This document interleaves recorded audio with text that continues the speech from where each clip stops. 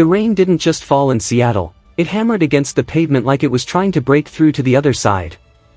Liam, a 34-year-old widower with calloused hands and a fading smile, adjusted the straps of his daughter's backpack.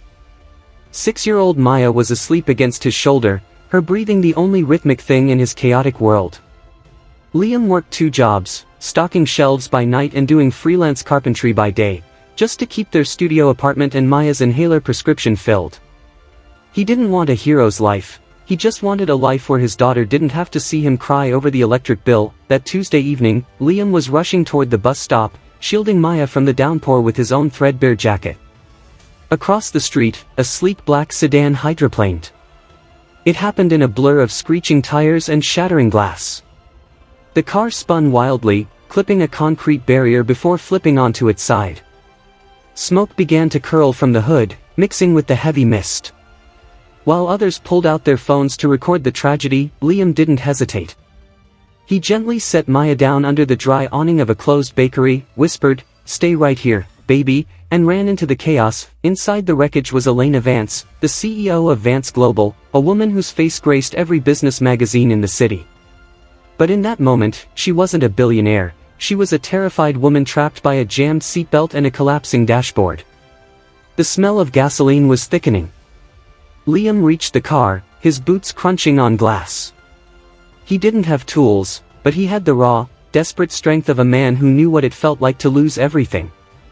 He smashed the side window with a discarded brick, ignored the glass slicing his forearm, and crawled halfway into the smoking cabin. "I've got you," he grunted, his voice steady despite the adrenaline. He sliced through the seatbelt with a pocket knife he used for his carpentry work. Elena was slipping into unconsciousness, her head bleeding.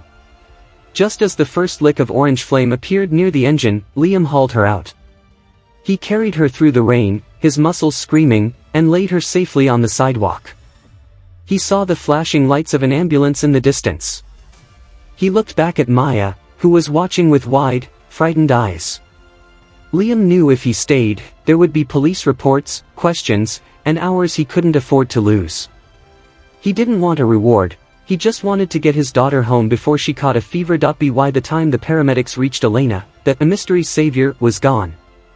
Liam had simply picked up his daughter and vanished into the crowd, boarding the 402 bus just as the doors hissed shut. Months passed. Elena Vance recovered, but she was haunted. She had everything money could buy, yet she couldn't find the man who had saved her. All she remembered was a pair of tired, kind eyes and the smell of sawdust and rain. She launched a massive search, not through private investigators, but by visiting the low-income neighborhoods near the crash site. She felt instinctively that her savior wasn't a man of leisure. One afternoon, she stopped at a small community center being renovated. There, she saw a man on a ladder, his forearm marked by a distinct, jagged scar from a glass shard. She didn't approach him with a checkbook. She watched him finish his shift and walk to a nearby park to meet a little girl who ran into his arms. Elena realized then that Liam hadn't faded away out of humbleness alone, he faded away because his world was already full. He was already a hero to the only person who mattered. When she finally introduced herself, she didn't offer him a reward. Instead, she offered to fund a vocational school for carpenters, naming it after his late wife, and asked Liam to run it. The story of the man who walked away became a legend in the city, a reminder that true bravery doesn't wait for the cameras to turn on. It happens in the quiet moments, in the rain, driven by a heart that expects nothing in return.